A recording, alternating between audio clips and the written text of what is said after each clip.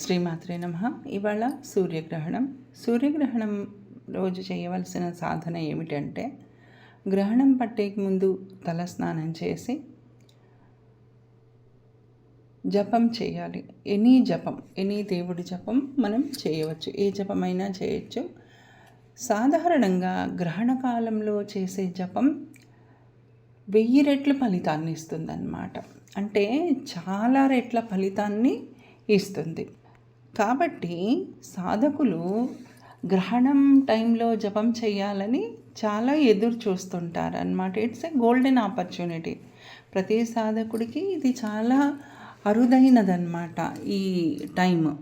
కాబట్టి ఈ టైంలో ఏ జపం చేసినా చాలా మంచిది. మనకు ఏ మంత్రము లేదనుకోండి, ఇప్పుడు మంత్రం ఉన్న వాళ్ళు జపం చేసుకుంటారు. అదే మంత్రం లేదనుకోండి, మంత్రం లేని వాళ్ళు శ్రీరామ అను, జై శ్రీకృష్ణ అను ఏదో ఒకటి జపం చేసుకోవచ్చు అన్నమాట.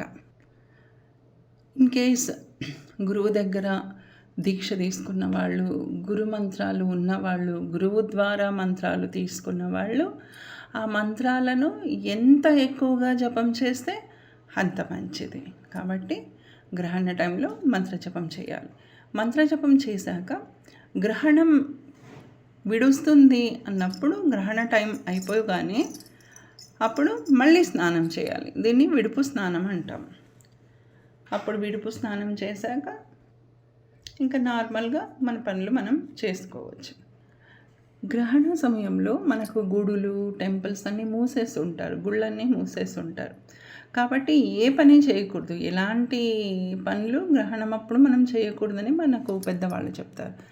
మనం చేయవలసింది ఓన్లీ కూర్చొని జపం చేయడం మాత్రమే అన్నమాట. మనకు పెద్దలు ఇచ్చిన పర్మిషన్ ఏంటంటే, గ్రహణ కాలంలో జపం చేయడానికి మాత్రమే మనకు పర్మిషన్ ఉంటుంది.